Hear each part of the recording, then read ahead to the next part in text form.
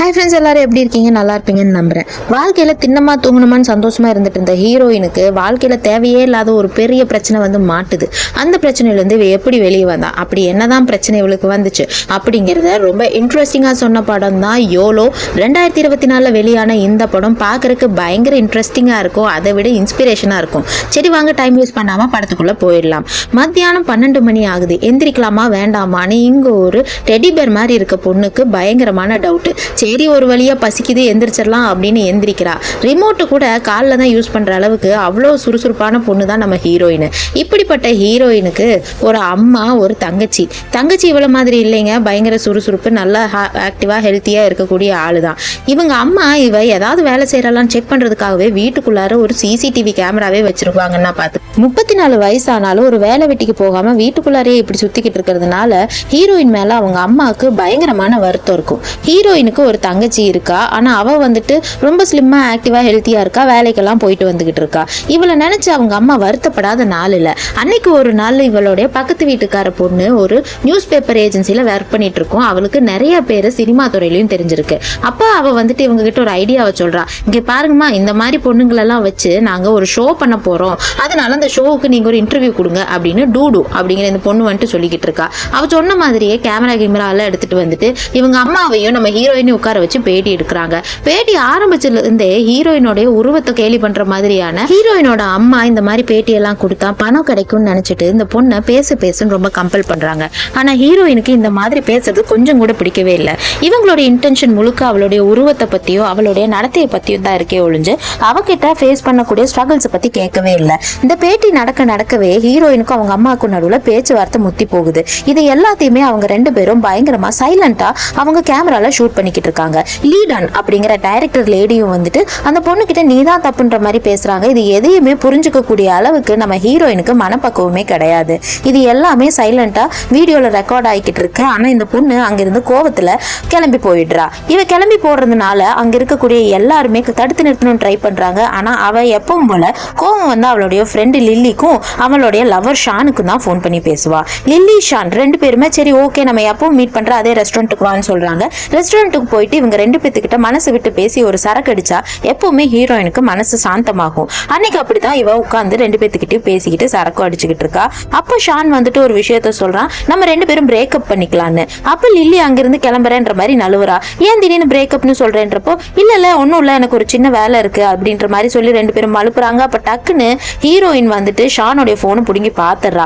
உள்ள ஓபன் பண்ணி பார்த்தா இவளுக்கு ஒரு பயங்கர ஷாக்கு. இவ ஃப்ரெண்டு லில்லியோட போட்டோவை வால்பேப்பரா வச்சு இவங்க ரெண்டு பேரும் ரொம்ப நாளா அஃபேர்ல இருக்கிறதெல்லாம் இந்த பொண்ணுக்கு இன்னைக்கு தெரியுது. லில்லி இவ கன்சீவா இருக்கா, கன்சீவ் ஆனதுக்கு காரணம் இவளுடைய பாய் ஃப்ரெண்டு அப்படிங்கிறது இந்த பொண்ணுக்கு தெரிஞ்சு எதுவுமே பேசாம அங்கிருந்து மனசொடைஞ்சு போயிடுறா.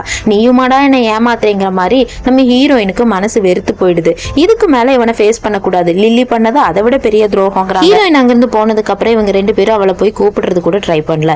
ஹீரோயின் அவள் டிப்ரெஷன் ஆனாலே சாப்பிட்றது தான் அவளுக்கு தெரிஞ்ச ஒரே வழி. ஒரு பஞ்சு மிட்டாயை வாங்கிட்டு சாப்பிட்டுக்கிட்டு ரோட்ல நடந்து போய்கிட்டே இருக்கா. போறவளுக்கு போற வழி இருக்கக்கூடிய சாப்பாடு பொருள் மட்டும்தான் கண்ணுக்கு படுது. இருந்தாலும் ஐயோ நம்ம டிப்ரெஷன்ல இருக்குமே யோசிக்கவே இல்லை. நேரா போய் அவளுக்கு பிடிச்சதெல்லாம் ஆர்டர் பண்ணி சாப்பிட்டுக்கிட்டு வீட்டை நோக்கி போய்கிட்டே இருக்கா. ஆனா அவளுக்கு வந்துட்டு மனசுக்குள்ள எல்லாரும் நம்மளை கஷ்டப்படுத்துறாங்கன்னு தெரியுது. இருந்தாலும் சாப்பிட்றதுல தான் அவளுடைய ஃபுல் நாட்டமும் இருக்கு. எப்படி பார்த்தாலுமே உடம்ப குறைக்கணும் அப்படிங்கிற ஒரு எண்ணம் மட்டும் இந்த பொண்ணுக்கு வரவே இல்லை.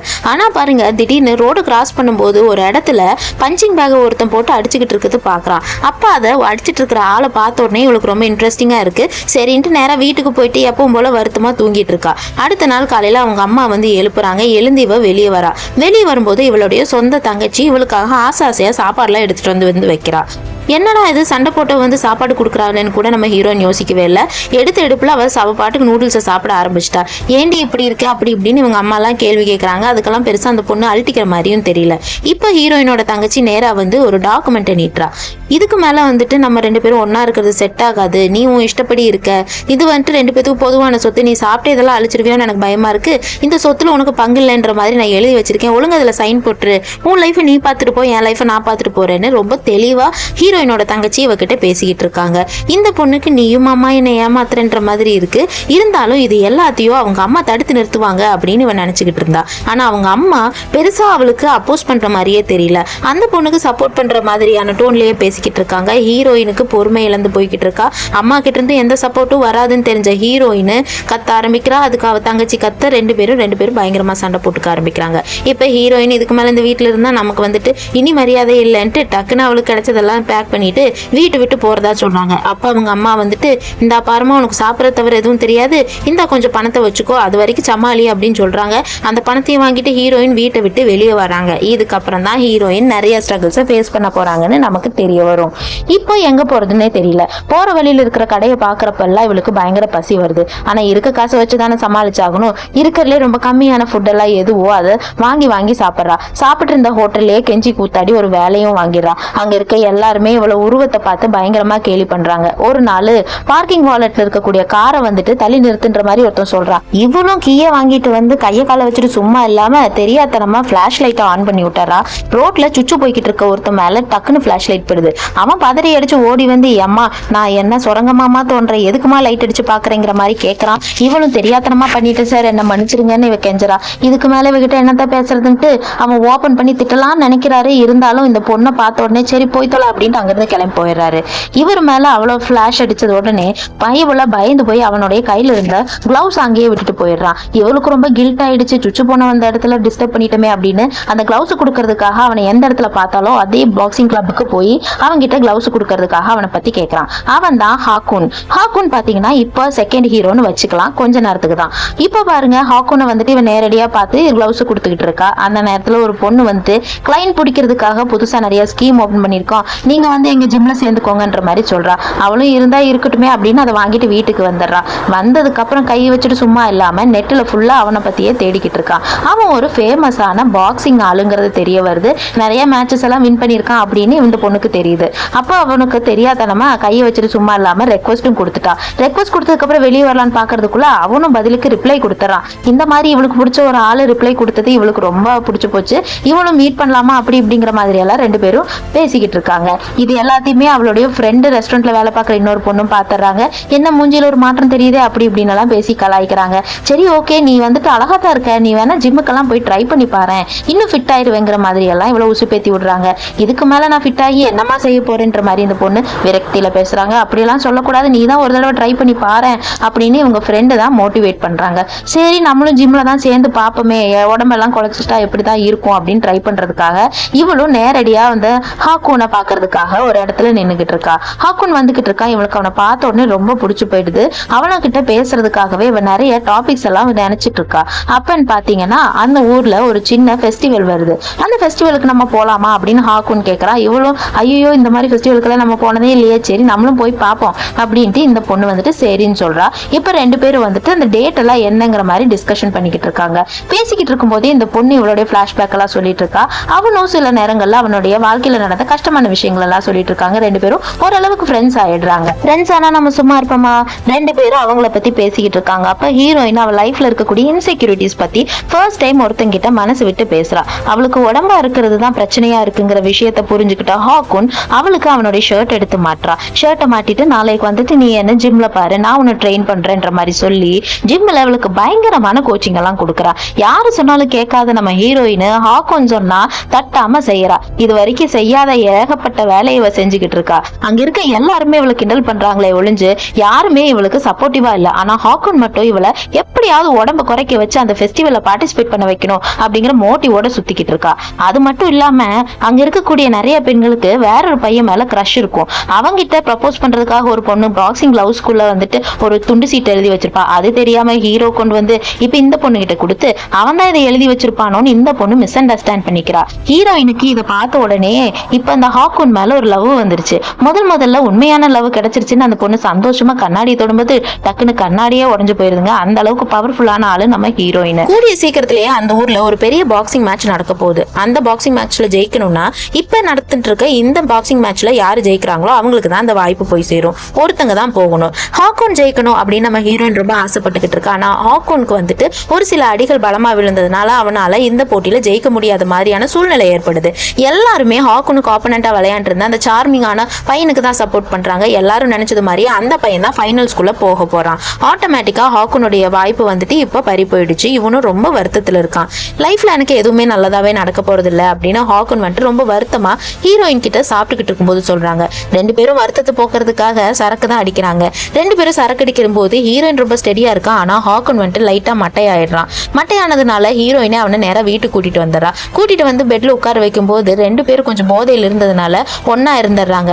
ஹீரோயினுக்கு வந்துட்டு அது மனசுக்குள்ள ஒரு மாதிரி சந்தோஷத்தை ஏற்படுத்துது. அவன் எந்திரிக்கிறதுக்குள்ள போய் மேக்கப் போட்டு வந்து இவன் பக்கத்திலேயே படுத்துறா. அவன் எந்திரிச்சு பார்க்கும்போது மேக்கப்போடு இவனை பார்க்கறதுக்கு ரொம்ப கேவலமா இருக்குன்ற மாதிரி ஒரு எக்ஸ்பிரஷனும் கொடுக்குறான். இதையெல்லாம் பார்த்த உடனே ஹீரோயின் சரின்னு சமைச்சு கொண்டு வந்து அவன் பக்கத்துல வச்சுட்டு நான் கிளம்புறேன்னு சொல்றான். அப்ப ஹீரோ வந்துட்டு நம்ம வேணா கொஞ்ச நாள் ஒன்னா இருக்கலாம், நம்ம வேணா ட்ரை பண்ணி பார்க்கலாம், நம்ம ரிலேஷன்ஷிப் எப்படி இருக்குன்ற மாதிரி சொல்றான். ஹீரோயின் வந்துட்டு இது என்னடா அது லவ் பண்றேன்ற மாதிரி சொன்னா, இது என்ன வித்தியாசமா பண்றான், சரி ஓகே பாப்போம் அப்படின்னா அங்கிருந்து கிளம்பி அவ வேலைக்கு போறான். ஹீரோ வந்துட்டு டிப்ரெஷன்ல உட்காந்துக்கிட்டு இருக்கான். இப்போ அவன் வந்துட்டு ஏகப்பட்ட காசை வந்து அவ வேலை செய்யற இடத்துல கொஞ்சம் முன்பணமா கேட்டு வாங்கிடுறான். அந்த பணத்தெல்லாம் எடுத்துட்டு போயிட்டு இப்போ வந்துட்டு வாய்ப்பு கிடைச்சா அந்த பாக்ஸர் கிட்ட போய் நான் உனக்கு காசு தரேன், இதுல விளையாட மாட்டேன்னு சொல்லிட்டீங்கன்னா என்னோட லவருக்கு வந்துட்டு இந்த வாய்ப்பு போக்குன்னு சொன்னதுனால அந்த பையனும் சரின்னு காசை வாங்கிட்டு உன்னோட ஆளுக்கே வந்துட்டு நான் இந்த வாய்ப்பை விட்டு கொடுக்குறேன்னு சொல்றான். இப்போ ஹீரோ நேரா ஹீரோயினுக்கு ஃபோன் பண்ணி ரொம்ப சந்தோஷமா வாய்ப்பு எனக்கு வந்துருச்சுன்னு சொல்லி சந்தோஷப்படும் போது ஹீரோயின் அப்படியே அவனோட திறமை கிடைச்ச வாய்ப்பு தான் இதுன்னு சொல்லிட்டு அங்கிருந்து அமைதியா எதுவும் சொல்லாம போறான். ஹாக்குனை எப்படியாவது ஜெயிக்க வைக்கணுங்கிறதுக்காக ரொம்ப ஆரோக்கியமான உணவுகளை சமைக்க ஆரம்பிக்கிறா. இவளுக்காக கூட இவ இதெல்லாம் செஞ்சதே இல்லை. அவன் மேல இருக்க லவ்னால இந்த பொண்ணு பார்த்து பார்த்து எல்லாத்தையும் செஞ்சுக்கிட்டு இருக்கா. ஹாக்குனும் ரொம்ப திறமையா விளையாட ஆரம்பிக்கிறான். எல்லாரும் இவன் தான் ஜெயிப்பான் அப்படிங்கிற மாதிரியான ஒரு உணர்வில் இருக்காங்க. எல்லாரும் அப்படி யோசிச்சுக்கிட்டு இருக்கும்போது ஹாக்குன் வந்துட்டு இவளை வந்துட்டு நீ தான் இதுக்கெல்லாம் காரணம் அப்படின்னு ரொம்ப அழகா பேம்பர் பண்ணிக்கிட்டு இருக்கா. ஒரு நாள் அவனுக்கு சொல்லாம அவன் பாக்ஸிங் பண்ணிக்கிட்டு இருக்க இடத்துக்கு ஹெல்தியான ஃபுட் எல்லாம் எடுத்துட்டு போயிட்டு இருக்கா. அங்க போய் பார்த்தா ஹாக்குன் கிட்ட ஆப்பனண்டோடைய அப்பா ஒரு ஆள் வந்து பணம் கொடுத்து நீ தோத்து போயிட்டீங்கன்னா என் பையன் ஜெயிச்சிருவான்ற மாதிரி சொல்றா. இந்த பொண்ணு எதுக்காக பணம் கொடுத்து இவளை வந்துட்டு ஜெயிக்க வைக்கணும்னு நினைச்சாலோ அதே மாதிரி இவன் வேற ஒருத்தங்கிட்ட பணம் வாங்கிட்டு தோத்து போக தயாராயிட்டான். ஹீரோயினுக்கு இதெல்லாம் பார்த்து ரொம்ப கஷ்டமாயிடுச்சு. அவன் கிட்ட நீ இந்த மாதிரி பண்றதெல்லாம் தப்புன்னு எடுத்து சொல்ல ட்ரை பண்றா. இருந்தாலும் அவன் இந்த காசெல்லாம் நான் சம்பாதிக்கிறதுக்கு இன்னும் எத்தனையோ வருஷங்கள் ஆகும், ஒரு நிமிஷம் நான் தோத்து போறதுனால பெரிய கஷ்டம் எதுவும் ஆயிடாதுன்ற மாதிரி சொல்றா. இது எதையுமே எதிர்த்து பேசவும் ஹீரோயினுக்கு விருப்பமே இல்லை. அவ பாட்டுக்கு வந்த வேலையை பார்த்துட்டு போயிடலாம் அப்படின்னு நினைச்சுக்கிட்டு இருக்கா. இருந்தாலும் அவன் மனசுக்குள்ள இந்த மாதிரி இவன் காசுக்காக நம்ம இவ்வளவு நாள் போட்ட எஃபர்ட்லாம் வீணா போச்சு அப்படின்ற மாதிரி எல்லாம் சொல்லிட்டு இருக்கான். இருந்தாலும் அந்த பொண்ணு சொல்றது எதையுமே அவன் காதுல கூட வாங்கிக்கிற தயாரா இல்ல. இப்ப ஹீரோயினுக்கு வந்துட்டு பயங்கரமான ஹர்ட் ஆயிடுச்சு. அடுத்த நாள்ல இருந்து இவ ஒரு அளவுக்கு டிஸ்டன்ஸ் மெயின்டைன் பண்ணி அவன் கூட பழகலாம் அப்படின்னு நினைக்க ஆரம்பிக்கிறான். இருந்தாலும் இவளுடைய லைஃப்ல வந்து ரொம்ப உன்னதமான காதலா இது இருக்கும்னு நினைச்சுக்கிட்டு இருக்கா. இப்ப அவங்க வந்துட்டு ஆல்ரெடி பேசி வச்ச மாதிரியே வேற ஒரு ஆப்பனண்ட் கிட்ட வேணும்னே அடி வாங்கி ஃபர்ஸ்ட் ரவுண்ட்லயே அவுட் ஆகிக்கிட்டு இருக்கான். இது எல்லாமே தெரிஞ்சுக்கிட்ட ஹீரோயின் வந்துட்டு சரி நம்ம இனிமேல் நம்ம லைஃபையாவது பார்க்கலாம் அப்படின்னு நேரம் ரெஸ்டாரண்ட்டுக்கு வரான். ரெஸ்டாரண்ட்டுக்கு வந்தா ஏற்கனவே காசு கொடுத்ததை அட்வான்டேஜை எடுத்துக்கிட்டு அந்த ஓனர் இவகிட்ட தப்பா நடந்துக்க பாக்குறான். வேற வழி இல்லாம இந்த பொண்ணுக்கு ஓரளவுக்கு கடுப்பு மேல ஓங்கி வந்ததுனால கையை முறுக்கி ஓங்கி ஒரு அடி, அதே அடியில் அவன் ஃபிளாட் ஆயிட்டான். இவ போலீஸ் ஸ்டேஷன் போயிட்டா. போலீஸ் ஸ்டேஷன்ல இவளுடைய தங்கச்சி வந்து இவளை ஜாமீன்ல எடுத்துட்டு வீட்டுக்கு கூட்டிட்டு போய்கிட்டு இருக்கா. வீட்டுக்கு கூட்டிட்டு போற வழியில ஒரு சில நல்ல விஷயங்கள்லாம் சொல்றா. நீ வந்துட்டு கொஞ்சம் உன் ஹெல்த் கான்சென்ட்ரேட் பண்ணு, உன் கெரியரை கான்சென்ட்ரேட் பண்ணுன்ற மாதிரி அந்த பொண்ணு நல்ல நல்ல அட்வைஸ் எல்லாம் பண்றா. இருந்தாலும் ஹீரோயினுக்கு அதெல்லாம் கேட்டுக்கிறதுக்கு மனசே இல்லை. சரி ஓகேன்னு அவ பக்கத்து வீட்டுக்கார பொண்ணு சொன்ன மாதிரியே அந்த டிவி ஷோல பார்ட்டிசிபேட் பண்ணா கொஞ்சம் காசு கிடைக்கும்ன்றதுக்காக அவ்வளோ பேர் முன்னாடி நல்லா ட்ரெஸ் பண்ணிட்டு அந்த டிவி ஷோக்கு போய் நிற்கிறா. எல்லாரும் இவளை பார்க்கறதுக்கு முன்னாடி இவ உருவத்தையும் இவளுடைய மேக்கப்பையும் பார்த்து கிண்டல் பண்ணி சிரிக்க ஆரம்பிக்கிறாங்க. ஹீரோயினுக்கு ரொம்ப தர்ம சங்கடமா இருக்கு. இருந்தாலும் வேற வழி இல்லைன்ட்டு நின்றுக்கிட்டு இருக்கும்போது திடீர்னு ஏற்கனவே எடுத்து வச்சு அந்த வீடியோ ஃபுட்டேஜ் வந்துட்டு ஓடிக்கிட்டு இருக்கு. அது பார்த்தீங்கன்னா பயங்கரமா ஃபேப்ரிகேட் பண்ணியிருக்காங்க. ஹீரோயின் அவங்க அம்மா கிட்ட வந்துட்டு பொறுப்பு இல்லாம ரொம்ப திமிரா நடந்துக்கிற மாதிரியான ஒரு கிளிப்பிங்ஸை வந்துட்டு இவங்களே மாடிஃபை பண்ணியிருக்காங்க. இதெல்லாம் பார்த்து அங்கிருந்து தப்பிக்கணுங்கிறதுக்காக மயக்கம் போட்டு விழுகிற மாதிரி நடிக்க ஆரம்பிக்கிறா. ஒரு வழியா அங்கிருந்து எஸ்கேப் ஆகி இவன் நேரம் வீட்டுக்கு வரா. ரூமுக்கு வந்து பார்க்கும்போது இவளை சுத்தி இருக்க எல்லாமே போலியா தெரியுது. இந்த பொண்ணு எல்லாத்துக்குமே தன்னையும் பிளேம் பண்ணிக்கிறா, சுத்தி இருக்கவங்களையும் பிளேம் பண்ணிக்கிறா. இப்போ இந்த பாக்ஸிங் வந்துட்டு நம்ம ஏன் கையில் எடுக்கக்கூடாதுன்னு இந்த பொண்ணு யோசிக்கிறா. அதுக்கு முன்னாடி நம்ம செல்ஃபா ஃபிட்டா இருந்தாதான் இந்த உலகம் நம்ம வந்துட்டு மதிக்கும்ன்ற மாதிரி ஒரு எண்ணம் வந்துட்டு இந்த பொண்ணுக்கு வர ஆரம்பிக்குது. அதனால ரொம்ப ரொம்ப கஷ்டப்பட்டு இவ வந்து உடம்ப குறைக்கணும்னு நினைக்கிறா. அதுக்காக லியாங் அப்படிங்கிற ஒரு பையன் உண்மையான ஃப்ரெண்டா இந்த பொண்ணுக்கு ரொம்ப சப்போர்ட்டிவா இருக்கான். அவனுடைய ஹெல்ப்னால சீக்கிரத்திலேயே 50 கிலோ வெயிட்டை குறைச்சு பார்க்கறதுக்கு யாருமே நம்ப முடியாத ஒரு பயங்கரமான டிரான்ஸ்ஃபர்மேஷன் இந்த பொண்ணுக்கு வந்துடுறா. அதோட நிக்கலைங்க, ஓவர் வெயிட்டா இருந்த பொண்ணு இப்போ பாக்ஸிங்ல அடுத்த சேலஞ்ச் எடுத்துக்கிறதுக்காக ஒரு டோர்னமெண்ட்ல கலந்துக்க போறா. இவ அதுக்கான பர்ச்சேஸ் எல்லாம் பண்ணிக்கிட்டு இருக்க நேரத்துல எல்லாருமே நீதான் ஜெயிப்பன்ற மாதிரி சொல்லிக்கிட்டு இருக்காங்க. அந்த நேரத்துல இவங்க அப்பாவும் இவளுடைய வெற்றியை பார்த்து சந்தோஷப்படுற ஆசைப்படுறேன் அப்படின்னு இவ கூட வந்து மறுபடியும் ஜாயின் பண்ண ட்ரை பண்ணுறாரு. இவளும் அப்பா வந்த சந்தோஷத்தில் ரொம்ப ஹாப்பியாக அவர் கூட கொஞ்சம் டைம் ஸ்பெண்ட் பண்ணிக்கிட்டு இருக்கா. ரெஸ்டாரண்ட்டில் நீ எப்படியும் ஜெயிச்சிருவேன், நாங்கள் ஃபேமிலியாக உனக்கு சப்போர்ட்டிவாக இருப்போம் அப்படின்னு சொல்கிறாங்க. அதாவது இந்த பொண்ணு இப்போ ஃபிட்டாக இருக்கிறதுனால இவ ஃபேமிலி மெம்பர்ஸும் இவளை வந்துட்டு ஏற்றுக்க ஆரம்பிச்சிட்டாங்க. இவளுக்குன்னு ஒரு கனவு இருக்குங்கிறத புரிஞ்சுக்க ஆரம்பிக்கிறாங்க. இந்த நேரத்தில் ஹொக்குன் அவன் இருக்கான் இல்லையா, அவன் வந்துட்டு இந்த பொண்ணு வேலை செய்யக்கூடிய டிபார்ட்மெண்ட் ஸ்டோருக்கு பழைய கேப்பெல்லாம் பொறுக்கிட்டு வந்து கொடுத்து அரிசி வாங்கலான்ட்டு வரான். இதை பார்த்த உடனே அந்த பொண்ணு இவனை பின்தொடர ஆரம்பிக்கிறான். இவளுக்கு அவனை வேஸ்ட் பண்ணவே முடியல. இவளை விட அவன் வேகமாக ஓடி வரா. ஓடி வந்து இவனை வந்துட்டு ஓவர்டேக் பண்ணி எதுக்குடா என்னை பார்த்துட்டு இப்படி ஓடிக்கிட்டு இருக்கேன்ற மாதிரி சொல்கிறா. நீ இந்த மாதிரி ஒரு டிரான்ஸ்ஃபர்மேஷன்லாம் பண்ணுவேன் நான் நினைக்கவே இல்லை. நான் வந்துட்டு அந்த லஞ்சமாக வாங்கின பணத்தில் கொஞ்ச நாள் தான் ஹாப்பியாக இருந்தேன். அதுக்கப்புறம் எனக்கு தொடர்ச்சியான தோல்விகள் வர ஆரம்பிச்சிருச்சு. நீயாவது இவ்வளோ ஹாப்பியாக இருக்கிறத நினச்சி நான் ரொம்ப சந்தோஷப்படுறேன். நீ எப்படியாவது ஜெயிச்சிடு அப்படின்ற மாதிரி சொல்கிறா. அந்த பொண்ணு நான் கண்டிப்பாக ஜெயிக்க தான் போகிறேன். வாழ்க்கையில் எந்த விதமான எய்மும் இல்லாத எனக்கு நீ கொடுத்த ஒரு ஏமாற்றம் எனக்கு மிகப்பெரிய ஒரு ஹெல்ப்பாக இருந்துச்சு. அதனால நான் வாழ்க்கையில் எதுவும் ரிக்ரெட் பண்ணல. நீ என்னை ஏமாத்துறது ஒரு விதத்தில் நல்லது தான் அப்படின்னு எல்லாத்தையுமே அந்த பொண்ணு பாசிட்டிவாக எடுத்து பேச ஆரம்பிக்குது. இவனுக்கு நம்ம லவ் பண்ணிட்டு இருந்த அந்த பொண்ணு தான் இதான்ற மாதிரி ஒரு டவுட் வர ஆரம்பிச்சிச்சு. இப்போ இந்த ஹீரோயின் செம டிரான்ஸ்ஃபர்மேஷனில் போட்டிக்கு ஜெயிக்கணும் அப்படிங்கிற ரொம்ப சந்தோஷமான உத்வேகத்தோடு ரெடி ஆகிக்கிட்டு இருக்கா. ஊரே இவ ஜெயிச்சிடும்னு நம்பிக்கிட்டு இருக்காங்க. இந்த பொண்ணும் தான். அந்த நேரத்தில் பார்த்தீங்கன்னா லில்லியும் அவளுடைய எக்ஸும் கிராஸ் பண்ணி போய்கிட்டு இருக்காங்க. யாரா அந்த அழகான பொண்ணுங்கிற மாதிரி ஷானே பார்க்குறான். அவனுக்கு சுத்தமாக அடையாளமே தெரியல. இவ கடைசியாக போட்டிக்கு வந்து நிற்கிறா. போட்டியில் ஜாங்ஸியா அப்படிங்கிற ஒரு பொண்ணு ஏகப்பட்ட தடவை ஜெயிச்சிருப்பா போல இருக்கு. அவளுக்கு ஏகப்பட்ட ரெஸ்பான்ஸ். இந்த பொண்ணு ஃபர்ஸ்ட் டைம் வந்துட்டு ஒரு போட்டிக்கு அப்பேர் ஆகிறா. ரெண்டு பேரும் டை அடிக்கிறாங்க. எதிர்த்தாப்புல இருக்கக்கூடிய ஆப்போனன்ட்ல எல்லாருமே இவளை பார்த்து நக்கலா சிரிக்கிறாங்க. இவளுடைய டீம் மெம்பர்ஸுமே வந்துட்டு ரொம்ப கஷ்டப்படாத 2-3 குத்து மட்டும் வாங்கிட்டு நீயே விழுந்துரு, இல்லைன்னா எப்படியும் கொண்டுருவான்ற மாதிரி சொல்லி அனுப்புறாங்க. ஏன்னா இவளுக்கு இதுதான் ஃபர்ஸ்ட் மேட்ச் பார்த்தீங்களா. இப்போ ரெண்டு பேரும் பாக்ஸிங்கில் வந்து நிற்கிறாங்க. இறுதி சுற்று மாதிரியே பயங்கர ஒரு த்ரில்லிங்கான ஒரு ஏரியா மாதிரி இது செட்டப் பண்ணி வச்சிருக்காங்க. பயங்கரமான அப்போனன்ட்ஸ் எல்லாம் வந்துட்டு அவளுக்கே சப்போர்ட் பண்ணுறாங்க. நம்ம ஹீரோயினுக்கு அவ்வளோ ஒன்றும் ஆறுதல் கிடையாது. எடுத்தெடுப்பில் மூஞ்சி மேலேயே ஒரு குத்து வாங்கிட்டு கீழே விழுந்துடுறா. இருந்தாலும் பரவாயில்லன்னு எந்திரிச்சு நிற்கிறா. மறுபடியும் இன்னொரு அடி இந்த பொண்ணுனால தாக்கு பிடிக்கவே முடியல. ரத்த கலரி ஆயிடுது. மறுபடியும் வந்துட்டு ஆப்போனன்ட் கிட்ட போய் அடி வாங்குறதுக்கு ரெடி ஆகுறா. வேணும்னா இதோட நிறுத்திக்கலாங்கிற மாதிரி எல்லாரும் சொல்றாங்க. இல்ல பரவாயில்ல, நான் தோத்தே போனாலும் கடைசி வரைக்கும் நான் நின்று விளையாடுவேன் அப்படின்னு ஹீரோயின் ரொம்ப உறுதியா இருக்கா. கன்ஃபார்மா இந்த மாதிரி தான் நடந்து ஆகணுமா அப்படின்னு மாதிரி கேட்கும்போது கூட ஹீரோயின் வந்துட்டு கண்டிப்பா நான் வந்துட்டு செத்தாலும் இங்கே சாகுறேன், ஆனால் நான் பாதியில போட்டியிலேருந்து போக மாட்டேன்னு சொல்றாங்க. தொடர்ச்சியான அடிகள் வாங்கிட்டு இருக்கா. இவ சைடு பயங்கர வீக் ஆயிடுச்சு. எப்படியும் ஜெயிக்க மாட்டோங்கிற மாதிரியான உறுதியான நிலைமை வந்துருச்சு. இறுதி சுற்று வரைக்குமே கிட்டத்தட்ட மேட்ச் வந்துருச்சு. இன்னும் 2-3 அடி வாங்கினா இந்த பொண்ணு எப்படி ஃபிளாட் ஆயிரும். எல்லாரும் பயந்துட்டு இருக்காங்க. இருந்தாலும் ஹீரோயினுக்கு திடீர்னு ஒரு சான்ஸ் கிடைச்சு கரெக்டாக இடுப்புலேயே ஒரு குத்து வைக்கிறா. குத்து வச்ச உடனே அவ கொஞ்சம் கூட அக்செப்ட் பண்ணிக்க முடியாத அளவுக்கு கீழே விழுந்துறா. அந்த விழுந்த கடுப்புல வேகமா இவ ஒரு குத்து வைக்க நம்ம ஹீரோயின் அந்த இடத்துலயே சரிஞ்சு கீழே விழுந்துடுறா. விழுந்த உடனே பயபுலைக்கு எல்லாமே பழசெல்லாம் மைண்டுக்குள்ள ஓடிட்டு வந்துட்டு இருக்கு.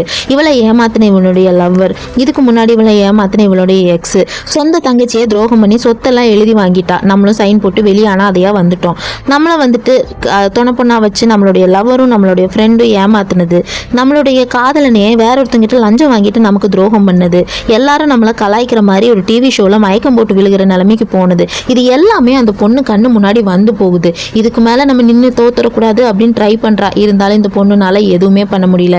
இவ சூசைட் பண்ணிக்கலாம் ட்ரை பண்ணி அது கூட தோத்து போயிடுச்சு.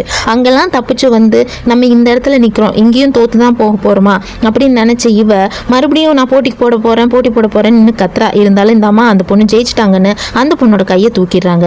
இந்த பொண்ணு ரொம்ப தைரியமாக அங்கேருந்து நடந்து வந்து அவளை கட்டி பிடிச்சிட்டு நான் இந்த இடத்துல தோத்து போயிருக்கலாம், ஆனால் லைஃப்பில் நான் ஜெயிச்சிட்டேன், நான் எந்த எய்முமே இல்லாமல் இருந்தேன், இந்த நேரத்தில் இந்த இடத்துல வந்து இத்தனை பேருக்கு முன்னாடி நான் நிற்கிறதே மிகப்பெரிய வெற்றின்னு ரொம்ப ஹாப்பியாக சொல்கிறா. சுற்றி இருக்க எல்லாரும் நீ இதுக்காக தான் இங்கே வந்திருக்கேன்னு தெரிஞ்சிருந்தா நாங்களும் உங்களை சப்போர்ட் பண்ணியிருந்திருப்போம், ஆனால் இப்போவும் ஒன்று கெட்டு போல, உன் கெரியரில் நீ இதே மாதிரி நீ போய்கிட்டே இருந்தீனா கண்டிப்பாக வெற்றி உங்ககிட்ட வரும்னு சொல்கிறாங்க. இப்போ கீழே வந்து பார்த்தா ஹாங்காங் அவன் வந்துட்டு நின்றுட்டு நம்ம பேட்சப் பண்ணிக்கலாமான்னு கேட்குறான். அட போடா நீ வேற, நான் லட்சியத்தை நோக்கி போய்கிட்டு இருக்கேன்னு சொல்லி வீட்டுக்கு மெதுவாக நடந்து போகிறா. திடீர்னு அவளுக்கு யோசனை, நான் ஏன்டா மெதுவாக நடந்து போகணும், நான் சந்தோஷமாக துள்ளி குதிச்சுட்டு போவேன்னு அந்த பொண்ணு ரொம்ப ஹாப்பியாக போகிறா. இது பார்த்தீங்கன்னா உண்மையாகவே நடந்த ஒரு சம்பவம். படம் முடியும் போது இந்த பொண்ணை காட்டுறாங்க. உண்மையாகவே இந்த படத்துக்காக இவங்க 50 கிலோ வெயிட்டை ஏற்றி மறுபடியும் 50 கிலோ வெயிட்டை ரொம்ப கஷ்டப்பட்டு குறைச்சிருப்பாங்க.